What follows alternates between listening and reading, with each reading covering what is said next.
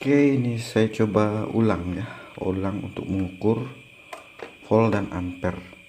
Ini motor setelah saya lakukan perjalanan tadi berapa jarak ya, sekitar 10 km. Saya ke warung beli rokok ya, habis pulang terawih tadi. Ini saya akan coba melakukan ini cuman untuk pengukuran ampernya. Ini kita menggunakan DT266, nggak tahu nih ukuran AC. Saya coba tadi itu kalau AC dia terbaca, kalau di ukuran 1000 ini dia nggak terbaca.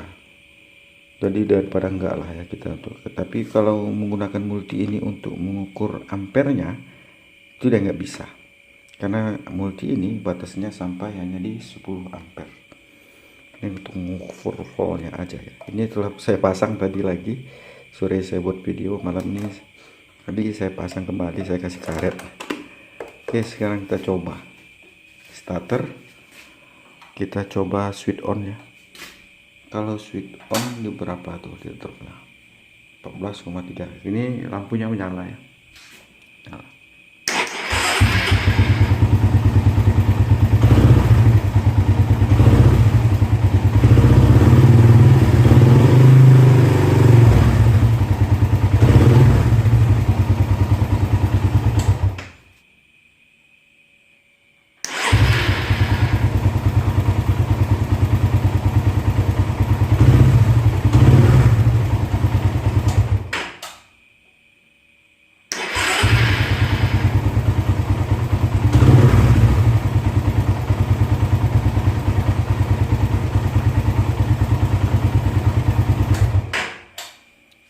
Kita lihat klan ampernya itu kan dikali berapa, kali 200 ya,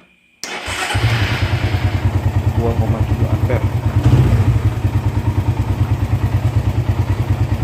27 ya.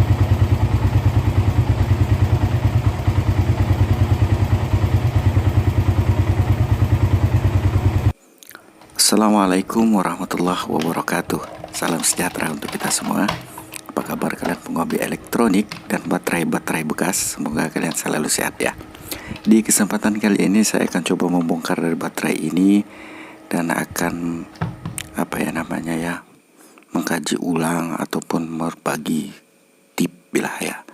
Kenapa baterai ini sampai bisa starter motor, khususnya motor saya Satria IPU yang saya buang di deskompresinya. Jadi begini kawan, kalau kita lihat dari baterai ini tidak ada yang istimewa ya. Jadi terkesannya memang tidak rapi dalam pengerjaannya. Kalian bisa lihat sendiri, ini menggunakan kawat email, bukan plat B yang biasa orang-orang gunakan, pabrikan gunakan. Ini hanya menggunakan kawat email yang terkesan sangat abal-abal. Sekarang saya akan tulis di atas kertas dan kita beri judul baterai pack 4S. Yang pertama kawan, langkah yang harus kita lakukan adalah mencek ulang kapasitas baterai kita, baterai laptop, itu menggunakan Zimeter, litokala ataupun manual. Yang penting judulnya baterai bekas laptop kita harus kita cek ulang kapasitasnya. Ini hal yang paling penting di dalam merangkai sebuah baterai pack. Dengan menggunakan Zimeter, saya menggunakan Zimeter ya, jadi ya memang harus satu persatu kita cek tuh baterai. Kita tidak bisa menghindari hal ini untuk mendapatkan kualitas baterai pack yang baik ya. Setelah kita dapatkan nilai kapasitasnya, kita tulis di bodi baterai. Jadi memang hal ini kalau kita hanya menggunakan satu Zimeter itu hal yang sangat lama ya. Bahkan ada teman saya Puake Gawak itu yang satu tempat dengan saya di sini, katanya sampai Syawal baru selesai mengecek dari kapasitas semua baterai yang dimilikinya karena dia menggunakan Zimeter. Ini langkah yang pertama ya, cek ulang kapasitas baterai kita. Yang kedua, pengelompokan baterai kawan. Jadi setelah kita ketahui kapasitas per sel baterai kita, untuk mengelompokkan baterai jadi seri dan paralel seperti ini, itu kita harus kita kelompokkan kembali dengan bantuan sebuah aplikasi ya. Jadi gunanya untuk apa? Gunanya untuk mendapatkan kapasitas per paralelnya itu hampir sama. Oke, kalau kita lihat data yang kemarin itu sebelum-sebelumnya, ini adalah data set dari pengelompokan baterai yang telah saya gunakan saat ini. Jadi gunakan sel yang terbaik dengan kapasitas yang terbesar yang kalian miliki. Ini kan kapasitasnya per selnya berbeda-beda. Jadi hal ini telah saya sampaikan di video yang sebelumnya itu. Jadi pengelompokan ini penting. Jadi untuk kan mendapatkan nilai perparalelnya rata sama. Jadi menurut situs repacker.com ini, setelah saya kelompokkan seperti ini, jadi baterai ini memiliki kapasitas per paralelnya itu 8500 mAh atau 8,5 ampere. Ya, walaupun dengan perbedaan-perbedaan lainnya lah ya, karena ini baterai bekas ya, kita harap maklum saja. Tidak bisa kita untuk mendapatkan nilai yang perfect ataupun sempurna dari penjumlahan ini semua. Tapi dengan bantuan aplikasi ini ya akan membantu kita untuk mengelompokkan baterai yang sesuai dengan kapasitasnya. Jadi per paralelnya itu rata-rata di 8,5 ampere. Oke, sekarang kita lanjut ke tahap selanjutnya yang ketiga, yaitu menggunakan kawat yang tebal. Dengan tujuan apa? Dengan tujuan untuk bisa meloloskan arus dia dari baterai ini ya.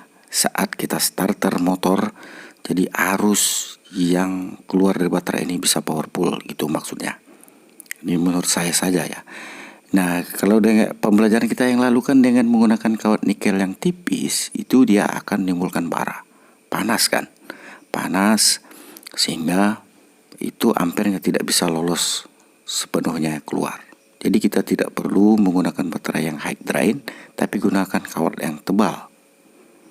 Nah, jadi kemarin di setahun yang lalu kita akan menggunakan kawat plat nikel seperti ini, dan ini berasap kawan. Menimbulkan bara api dari sel-sel saat kita starter motor itu. Ini bisa jadi pelajaran kita ya, pelajaran tahun-tahun yang lalu. Jadi karena saya tidak punya plat nikel yang tebal, saya menggunakan kawat email. Ini tujuannya agar baterai ini bisa memberikan arus yang besar. Ini baterai laptop ya, tidak ada baterai yang tipe high drain di sini yang saya gunakan. Jadi untuk melindungi panas agar tidak terlalu panas itu saya kasih kertas saja. Oke, selanjutnya cek voltase output kiprok kalian. Di saat digeber paling maksimalnya itu di berapa? Kalau motor saya di 14,7 ya. Karena kita menggunakan sistem baterai pack dengan susunan 4S yang tegangan maksimal penuhnya itu di 16,8, maka dengan output kiprok sebesar 14,7 itu baterai pack kita tidak pernah mengalami yang namanya penuh. Karena baterai pack 4S itu penuhnya adalah di 16,8. Artinya baterai kita tidak pernah sampai mencapai titik di 4,2 volt per selnya. Itu yang kita harapkan dari penggunaan baterai sistem seri 4S ini. Artinya dia hanya terlimit di maksimal kiprok di 14,7 volt. Jadi baterai kita itu tidak ada yang namanya over voltage ya. Over voltage saat proses pengisian, karena kiprok kita itu hanya mengeluarkan batas maksimal di 14,7. Saya sarankan menggunakan sistem baterai pack 4S saja, itu lebih aman. Kecuali kiprok kita itu error 16 volt, 17 volt, 18 volt, itu baru mengalami over voltage pada baterai pack kita, dan itu tidak aman. Itu pasti selnya sudah melebihi dari 4,2 volt. Ya, makanya saya harus menyarankan ukur kembali tegangan output maksimal dari kiprok kita. Jika dia berada di 14,7, maka baterai pack 4S kita itu tidak akan pernah mengalami penuh. Ya, hanya berada paling maksimal di 14,7 sampai 14,8. Demikian mengapa menggunakan sistem 4S. Terus yang kelima adalah instalasi kabel motor kita, yaitu kabel relay motor ataupun kabel yang ke aki ya. Jadi kabel ini sangat menentukan saat kita posisi switch starter itu. Jadi relay itu memang betul-betul harus men-switch dia dari aki. Oke, hal yang saya masih ragukan adalah ketika kita menggunakan tanpa BMS, tanpa active balancer, itu baterainya proses pengisian tidak seimbang. Hal ini yang masih menjadi keraguan di dalam hati saya, karena barangnya ini tidak ada active balancer. Kemudian kalau kita lihat, anggap sajalah kita dalam proses pengisian sebuah motor ini saya menggunakan power supply dengan tegangan di 14,7 ataupun di 14,8. Kita akan lakukan proses pengisian. Apakah akan terjadi over voltage nanti? Ini anggap saja motor kita berjalan jauh ya, dengan posisi di RPM tertinggi lah, dan sebuah motor di 14,4. Apakah baterai ini akan terjadi over voltage sampai 16,8 sampai 17,8? Kan tidak jawabannya. Proses pengisian akan berhenti pada sebuah kiprok motor itu ketika baterai ini telah mencapai batas maksimal voltase pada sebuah kiprok motor juga. Ketika kiprok kita mengeluarkan volt out sekitar 14,7 sampai 14,8, yang mana baterai ini sudah berada di kisaran volt yang sama dengan kiprok, maka kiprok kita akan melakukan floating in the ground, dia tuh namanya. Artinya dia membuang arus AC yang bersumber dari spool itu ke ground, jadi arus pengisiannya kecil. Jadi dia tetap melimit di 14,7, 14,8. Jika didetek oleh kiprok itu ada tegangan berlebihan dari 14,7, 14,8, maka dia langsung floating in the ground itu. Itu untuk kiprok dulu saya pernah pelajari ya. Jadi sistem yang full wipe ataupun yang single ataupun apa itu pernah saya oprek-oprek di sepeda motor saya. Jadi sistemnya seperti itu, dia akan membuang arus AC ke ground. Jadi setelah ini akan timbul lagi sebuah pertanyaan, apa nggak panas baterainya? Di charger dan discharger terus menerus, itu lampu-lampu masih ikut spool yang alias belum DC. Kalau masih AC, apa nggak berat itu kiprok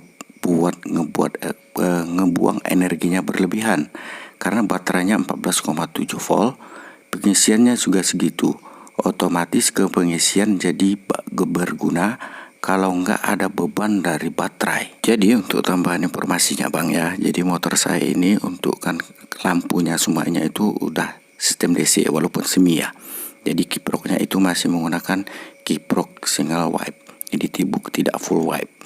Jadi untuk kan lampu semua itu saya ambilkan dari jalur pengisian aki. Jadi supul lampu yang AC kemarin yang tercolok di kiprok itu saya cabut, tidak saya gunakan lagi. Jadi murni kiprok motor itu hanya untuk mengisi arus ke aki. Itu untuk mengimbangi dari lampu LED saya yang kemarin itu agar pengisian tidak tekor. Itu saja. Kalau tidak ingin mau tekor pengisian dalam sebuah aki karena beban yang terlalu berat, misalnya lampu LED lah, lampu HID, itu bikin full wipe saja. Sistemnya arus pengisiannya cepat. Jadi untuk abangku, apakah pembuangan energi berlebihan karena baterai 14,7? Ya memang tugas kiproknya seperti itu pada arus pengisian baterai. Ketika dia mencatat baterai di 14,7, maka tugasnya adalah untuk memfloating arus AC itu ke ground. Jadi arus AC-nya itu mengecil. Panas enggak panas ya memang tugas kiprok seperti itu. Jadi tugas kiprok itu tetap sama. Di waktu kita menggunakan aki basah, aki kering ataupun baterai lithium, ya dia berfungsi ataupun berperan untuk men-cut off arus AC dan memfloatingnya ke ground untuk mengecilkan arus AC yang dari spool itu ketika ia mendeteksi baterai di 14,7 ataupun 14,8. Fungsi kiprok itu panas atau enggak panasnya itu memang sudah tugas kiprok. Jadi kiprok itu tidak bisa membaca ini aki lithium, ini aki basah, ini aki kering, kan tidak. Seperti itu dia. Jadi jangan kita menggunakan untuk baterai lithium kiprok itu rewel dan bandel, itu enggak. Kiprok tidak membaca baterai tapi dia membaca voltase. Jadi demikianlah kawan ya peran kiprok terhadap sebuah proses pengisian sepeda motor ataupun melimit arus dari untuk lampu depan itu. Jadi untuk teknologi yang terbaru untuk kiprok bagi yang tidak mempunyai terlalu beban ya spool itu, kalian gunakan kiprok yang sudah mempunyai teknologi blue core. Itu dari produksi Yamaha ya. Jadi mereka itu banyak mengincar karena waktu proses pengisian telah berhenti dan dia memfloating ke ground, itu daya hambatan itu tidak berat, jadi tidak mengganggu energi tenaga motor saat proses pengisian. Itu teknologi terbaru dari Yamaha. Silakan kalian cari kiproknya. Jadi konten-konten untuk sepeda motor seperti ini memakai baterai lithium ataupun apa ini akan hanya opsi pilihan kita saja, dan saya hanya memberikan trik dan langkah-langkahnya tanpa ada pemaksaan. Oke, demikian dulu ya konten kita. Semoga bermanfaat. Salam sehat sekalian untuk kalian semua. Salam kreativitas tanpa batas. Saya Uras Elektro. Assalamualaikum warahmatullahi wabarakatuh.